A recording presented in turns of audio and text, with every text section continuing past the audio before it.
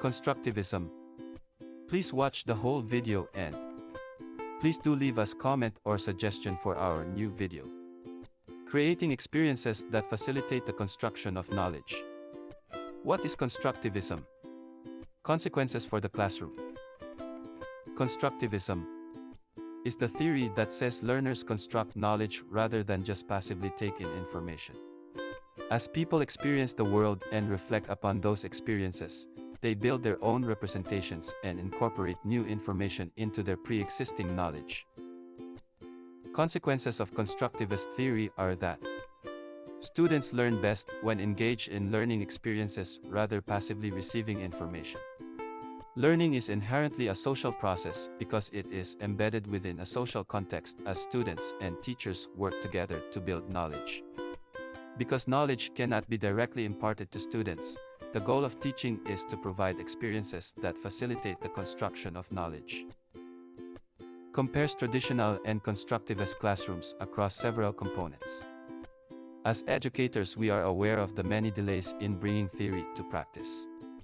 Whether it is through delayed pedagogical recommendations in adjusting campus learning spaces, conceptual challenges encountered in effectively leveraging distance and remote learning opportunities, or in identifying creative ways of providing students with the course experiences sufficient to actively construct and add meaning to their own learning, we are constantly dealing with the overarching problem of delayed practical application of theory.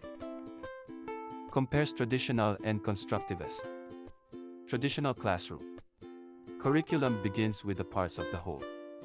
Emphasizes basic skill. Constructivist classroom. Curriculum emphasizes big concepts, beginning with the whole and expanding to include the parts. Traditional classroom. Strict adherence to fixed curriculum is highly valued. Constructivist classroom. Pursuit of student questions and interests is valued. Traditional classroom. Materials are primarily textbooks and workbooks. Constructivist classroom. Materials include primarily of material and manipulative materials. Traditional classroom. Learning is based on repetition. Constructivist classroom. Learning is interactive, building on what the student already knows.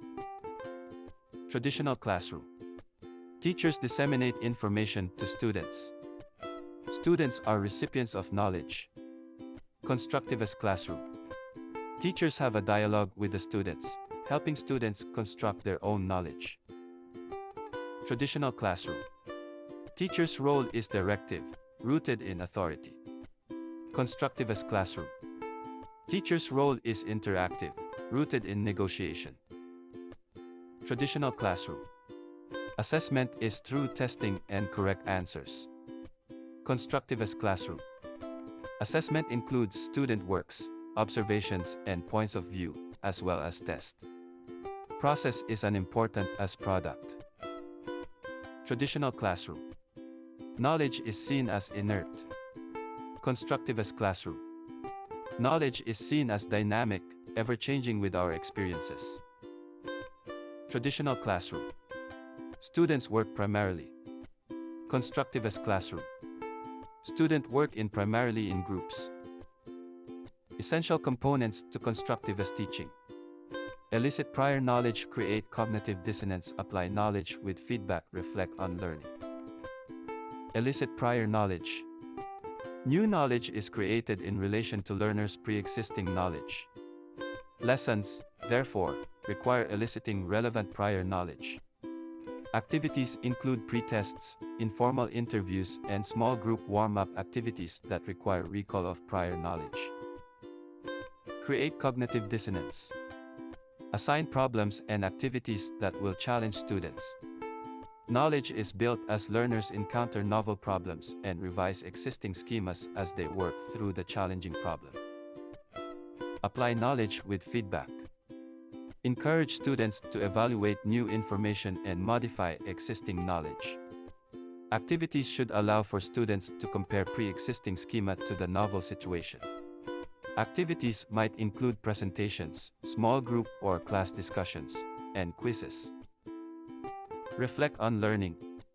Provide students with an opportunity to show you and themselves. what they have learned. Activities might include presentations, reflexive papers, or creating a step-by-step tutorial for another student. Please like and subscribe this channel, and thank you very much for watching if you're watched this far. Please leave us a comment or suggestion for new videos.